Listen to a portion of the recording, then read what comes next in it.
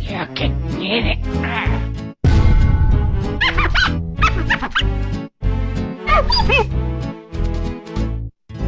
Marvelous.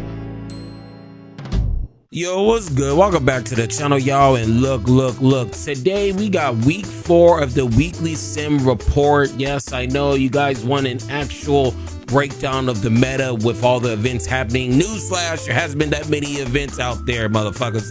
There really hasn't. So we just have to keep on doing this sim until probably after next week. We'll do an official best deck tier list based off of actual results and not the sim. Okay, so if you guys are looking for that, have a couple people in the streets ask me for that. It's coming next week. Second thing is, let's see if BY is the best deck of the format going into the sim following nationals. Without further ado, let's go to get straight into it.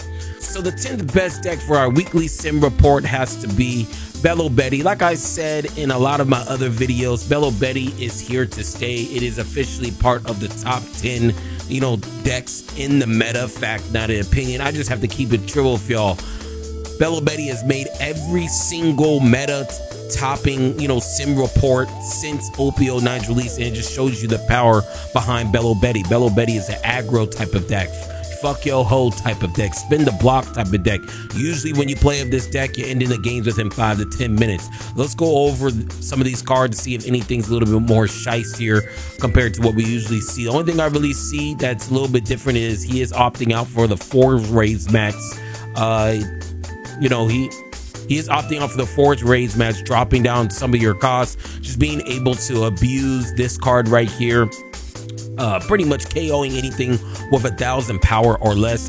These two are literally the staple and glue of your deck. It's really just this card right here. You really just want to have this on the board just so you could cheat out an extra Revel type of card from your hand. This card is also really shy. This is also another one of your key components of this deck, just being able to lower your opponent's leader or the opponent's character cost by 1,000, very shiesty, and also being able to end off games with this morally if you have 7,000 power or more. Just being able to blast past any blockers late game if you're really just trying to end the game. But if you really are trying to end the game, you're really just gonna go into this Monkey D Dragon to end the game. So that's pretty much all we have for our ﷺ shiesty ass deck. If you guys want to see every single card, we're gonna go over them real quick. So if you guys do want to put these cards in the sim, I don't have the code, and I'll be doing this in every single one of our deck profiles within this video, because a lot of people have been asking me, what's this card? I can't really see this card. So me going over all of them, hopefully it's helping you guys being able to try out,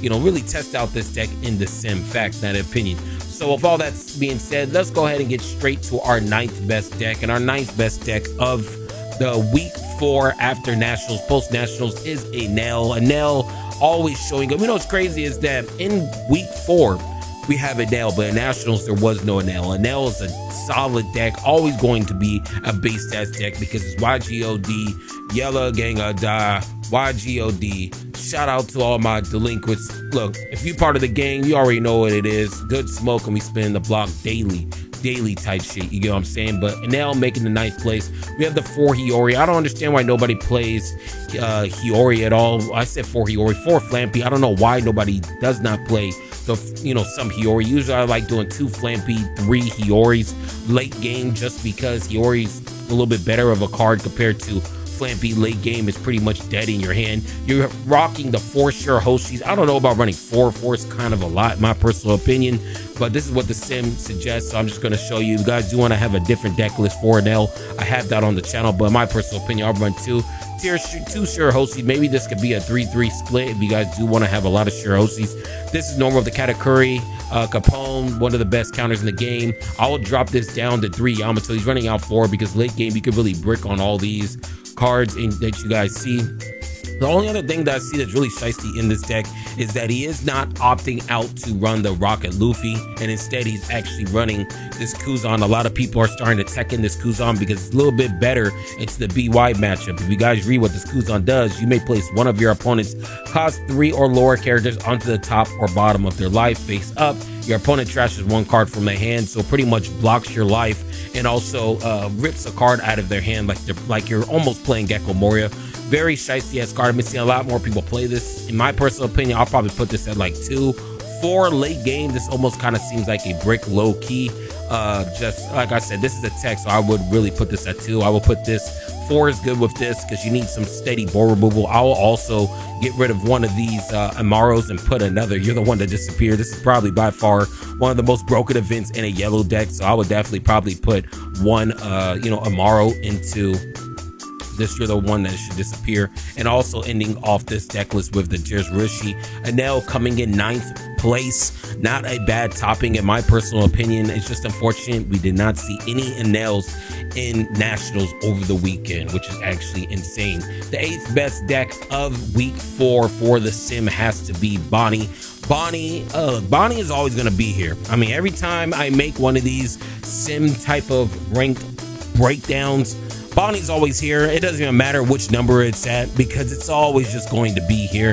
Just having that blanket Capone effect, just turning off an attack. You guys can't beat it. I mean, just look at some, particular text in this deck. I don't really see any. You are still running the Carrot, definitely a 4, one of the best green cards. I think people are starting to realize that this card is probably one of the best green cards in any green deck. Just being able to freeze a 7-cost Allure, which is very high, without even having any Dawn investments is actually insane. Ending off games with Hody Jones. I said ending off Jones for Hody Jones. Ending off games with Hody Jones. Bird caging your whole entire opponent's field, letting you play like how you want to play with this deck, with this ďa수ⱠⱠ. Another thing I'm kind of, really on the fence with is this Shanks. With the popularity of BY Luffy, I don't understand why, this particular Shanks is being played at 4 because this is pretty much a dead card against BY Luffy, but maybe against everything else it's pretty good. Actually, it's not because Blackbeard turns you off. It's probably good into maybe Shanks, Blue ďa수ⱠⱠ, not really Lucci because you can cycle out the Sabo, Purple Luffy. I mean, I guess there is a couple of targets for this. Just being able to KO anything on the board, I guess, and also just being able to abuse this kid for the Dolphy matchup, and you can never go wrong with the 4 Cavendish. Bonnie coming in 8th, always going to be a staple. Let's go over every single card again, just so you guys know what these cards are and what to look like. Because like I said earlier, a lot of you guys may be new and you guys don't know what these cards are. So there you go. Hopefully I can help you out. 8th best deck of the format, and I wouldn't say format of the week, has to go to Bonnie. Congratulations to you, Bonnie. The 7th best deck of week 4 has to be Purple Luffy. So Purple Luffy is literally taking a back seat. This is initially in the East, a top 4 deck. In the West, it's barely in the top 10. I mean, it's sitting at 7th place, and that's because I feel like Purple Luffy has a huge skill ceiling on this particular deck. And when it comes to skillful decks, you guys saw last weekend, people just be punting, okay? So don't get discouraged if you're saying, oh, why is Purple Luffy so good? It's still one of the best decks out there. It's just a lot of people are opting out to play something easier, such as the Lucci or the Blue ďa수ⱠⱠ, or even Shanks, okay? So Purple Luffy, by far the best purple deck in the game, in fact, in my opinion. Let's go ahead and continue. We have the 2 Bon Clay. I mean, I've seen some builds that don't even run this, so if you guys can't afford this card, don't even worry about it. Only thing different I really see in this list is that he is actually opting out for the 3 Lin Lin. I ain't gonna hold you. Some of these deck lists are actually looking a little bit better compared to a lot of these other deck lists we usually look at when we look at the sim. Usually, if this is a jank ass fucking card list, like what they usually do in all these fucking whack ass deck lists, you probably won't even see this card here, but instead they're opting out in 3, which is the correct ratio. Ending off games with the Sanji resting a 6-cost Allure. This is a staple and glue of your deck. You really want to cheat out Sangaro with this Luffy Toro. Having the Usorochi card, being able to rest a 5-cost or less, pretty much resting damn near almost every single blocker. Ending off games with your Monkey D Luffy, and you can't go wrong with the best purple event in the game with the Gum Gum Giant. Purple Luffy, let's go over every single card again, just so you guys can see every single card here. If you guys are trying to net deck, here's every single card. But as a whole, Purple Luffy is definitely not going nowhere. It's the best purple deck in OP09 and OP010. And if you're shiesty with the deck, this deck can literally be a top 2, possibly top 3 deck. Fact, not opinion. Very shiesty, gang. Very shiesty. So, with all that being said, let's go ahead and go straight to our 6th best deck of the week. And that has to be BY Luffy. BY Luffy has seen a surge in play, but not really, because even though this deck has been winning, a lot of people lack the patience and just the concentration to really play this deck. Yeah, it's winning, but let's be real. How many people you see at your tournament is going to play BY Luffy? We talk about BY Luffy a lot on the channel. There's nothing really different. This actually kind of looks like my list with the 2 Ice Sages, the 2 Rago. I always opt out for the 2. Only thing that's different is that he's not playing the aces. I feel like, in my personal opinion, that's wrong. But some people like being pussies, blockering up for some odd reason. That's the reason why the East tells every BY Luffy play out here, we truly lost our identity. And 3 Kuzans is actually not bad. I run 2. I guess you can run 3 if you're not running the ace. But if you guys do want to see my personal list, here's my personal list if you guys do want to see it. This is the hyper aggressive, probably the most aggressive BY Luffy list that you guys are ever going to see on the streets. The way I play BY Luffy is that I'm trying to fuck yo ho and then go home immediately. I'm not just trying to sit here, put up blockers, play patty cake, do my makeup. I'm not trying to do all that like the current list that you see. We just try to rush the board, aggro, aggro, aggro, then I'm gone. I ain't trying to be here all day blockering up. One more thing before we get to the 5th best deck of the week. I have over 25 to 30 games against 30 different leaders that I just have sitting on my computer. If you guys do want to see all those games to the point where I make it to like a 2-3 hour movie of BY Luffy gameplay, let me know below. I'm really depending on what you guys say. I don't know what I'm going to do with a lot of these games, but I might just, you know, I might just put all these videos into one large video. So it'll be like a BY Luffy movie against pretty much every viable leader out there, excluding meta leaders. I'm not going to show you the meta leaders because damn near everybody's playing the meta leaders. That's all I have to say about BY Luffy. It is the 6th best deck. If you guys do want to be a pussy and block her up, go ahead and do that. But me personally, I'm more of a hyper aggressive type of person, and if that's what the type of gameplay you like, I gave you 2 builds to choose from. So 6th best deck of the week has to be BY Luffy. Congratulations to you. The 5th best deck of the week is RP Luffy. So a lot of people are starting to realize RP Luffy is shiesty as hell. I never made a video telling you guys RP Luffy was shiesty as hell because it's a very hard matchup into BY just because they ramp their big characters so fast, and on top of having a 6K body with this leader. So, you know, I guess the cat's out of the bag. Everybody's starting to figure out that red purple Luffy is very shiesty, which is unfortunate. This is another hard matchup for BY Luffy, but nonetheless, let's go over every single card. You are also running this Edward Newgate. When you drop this, you pretty much just have an extra 2,000 power on your leader, making this 8K. Very shiesty, having some crazy ball removal with this Ben Beckman trashing instead of KOing. This is one of the main glue staples out of your deck. Just being able to lower the cost of any character on the board helps your leader as well. Ending off games with the Goldie Roger, Bon Clay, you guys already know what this does. Sora Joyo for some ramp, pretty much bypass some blockers, most broken event for a Straw Hat deck. This particular list is actually opting out for the Useless Kid. This is very shiesty because it helps your leader get to a 7K leader. 7K leader, let alone 6K leader, is already hard enough. Just imagine a 7K leader. They're playing the Queen, playing 2 Reset Luffys. This is pretty much your in-game ending card. A lot of these other big bodies, such as this Luffy, the Ben Beckman, and this Whitebeard, is just for you to apply pressure. Then right after you do that, late game, you pretty much just go into Monkey D. Luffy. You set the game. I think you get like 3 or 4 Dawn left, and now you're attacking at like 10 and 12. So very shiesty ass way to end the game, me personally speaking. And yeah, this is pretty much a red purple Luffy. Very shiesty. I'm gonna go over every single one of these cards one more time. And yeah, a lot of people are starting to figure out that this deck is good. I never made a video telling you guys this deck was good. It's just people are starting to figure it out, and that's unfortunate. It is harder for our BY matchup. Well, it's easier if you play RP Luffy. It's harder for us if you actually made BY Luffy. Nonetheless, 5th best deck of the week. Congratulations to you. So for the fourth best deck of the format or of the week has to be the most punted deck I've ever seen in my life, which is Blackbeard. Blackbeard, I talk about this deck every single week, and I'm gonna just keep it honest with you. Nothing has changed. Literally everything is the same. So instead of me just talking about it, we're just gonna go over it. If you guys really don't know what any of these cards do, pretty much cost reduction, search your draw one, very shice.